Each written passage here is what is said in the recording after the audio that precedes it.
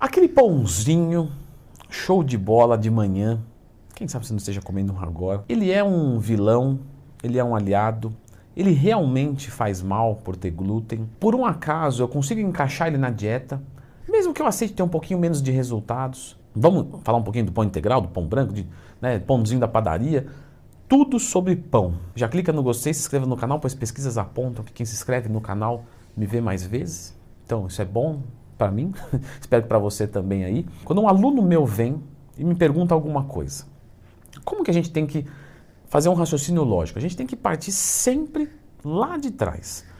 Então, se o pão é ruim, ele é ruim porque tem alguma coisa. Tem num pão. Aí você vai dizer, mortadela. Não estou falando disso aí não. Vamos focar. Já está pensando em comida também, hein, meu? Pessoal, o pão, ele vai ter um pouquinho de proteína vegetal, tá? Eu tô indo para a parte dos nutrientes, tá? Não da receita que eu não sou padeiro. Um pouquinho de proteína, quase nada de gordura. Pão branco, pouquinha fibra.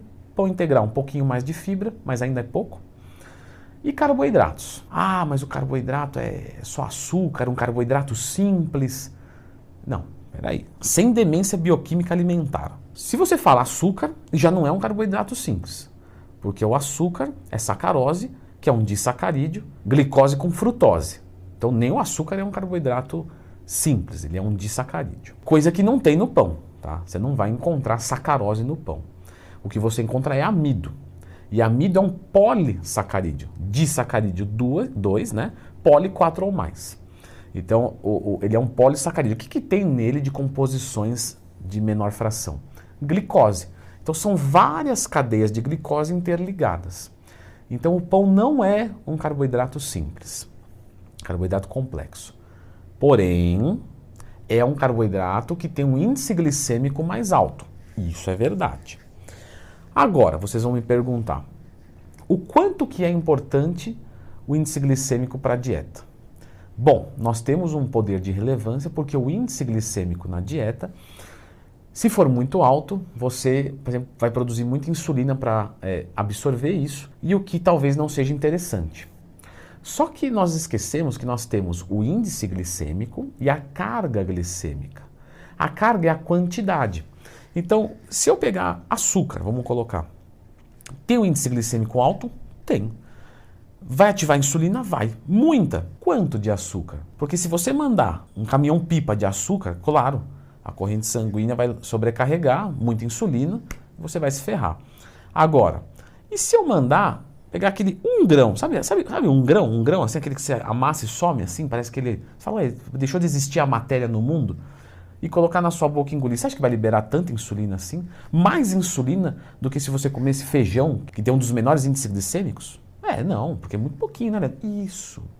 Entendeu bem. Quando você fala de colocar um alimento, você tem que considerar o quanto você vai colocar ele e a qualidade dele. Índice glicêmico alto, então, é ruim, Leandro. Se eu comer pouco, até vai.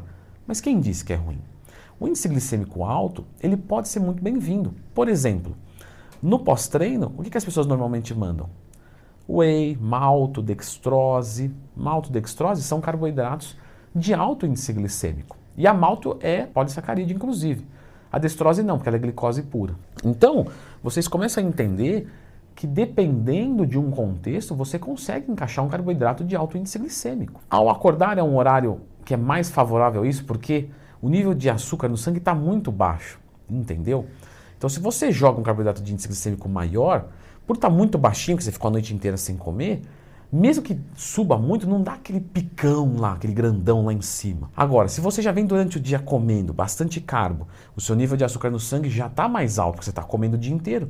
Você vem e manda no meio do dia, aí o picão fica maior, de repente tem que ter mais insulina, começa a ficar desinteressante. Depois do treino, mesma coisa. Treinei, fiz força, a glicemia baixa. Então, você coloca o carboidrato de alto índice glicêmico, sem falar do sistema nervoso parasimpático, simpático, entre processos digestivos, né, que são antagônicos, etc. Tudo isso que eu já falei num outro vídeo aqui sobre pós-treino. Lembra sempre de procurar Leandro Twin mais tema, qual o melhor pós-treino. Então, ali fica legal. Você está me dizendo, Leandro, então, que eu posso comer pão ao acordar e depois do treino? É isso, sim ou não, para facilitar? Você pode, dentro da sua quantidade calórica, da sua cota de carboidratos do seu dia, obviamente.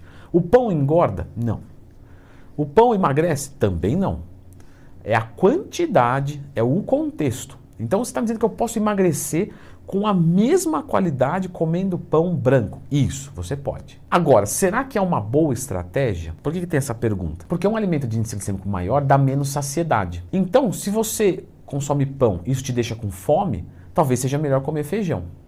Não tem nada a ver uma coisa com a outra. O que eu vou fazer? Não tenho culpa de nada. Só estou te orientando a melhor estratégia. Então não tem nada a ver comer feijão e pão mesmo. Só que o feijão vai te dar muito mais saciedade e o pão não. Então se você sofre com apetite, talvez seja uma opção mais inteligente. Ou seja, a quantidade que você come é muito determinante. Se você comer uma quantidade pequena dentro das suas calorias e isso não te causar problemas de fome, tranquilo, você vai emagrecer sossegado. Agora, como é que eu abaixo o índice glicêmico de um alimento? Aí é fino. Vamos de fineza então para agora. Se você mistura esse carboidrato com proteína, você abaixa o índice glicêmico. Se mistura com gordura, abaixa o índice glicêmico.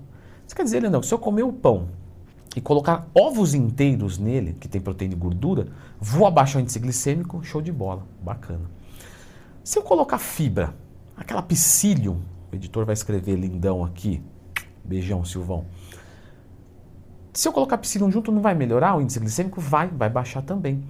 Você quer dizer que eu posso transformar um carboidrato de alto índice glicêmico em médio ou até mesmo em baixo? Beleza, você pode. Então se você for comer pão e colocar proteína, gordura, fibra, você abaixa. Ah, mas se eu fizesse isso com feijão seria muito menor. Né? Ora, Sherlock Holmes está assistindo nós. Mas é brincadeira, tá, pessoal? Não vai ficar bravo com brincadeira. É só para tornar o vídeo menos chato. Já não basta essa cara, né? Ainda tem que fazer um vídeo chato, não adianta. Então, verdade. Porém, você tem que entender que algumas coisas tem que ser o que é viável. Por isso que é muito errado julgar a dieta de outro nutricionista. Pô, passou pão branco de manhã, olha, nutricionista demente e tal. Mas você sabe o contexto?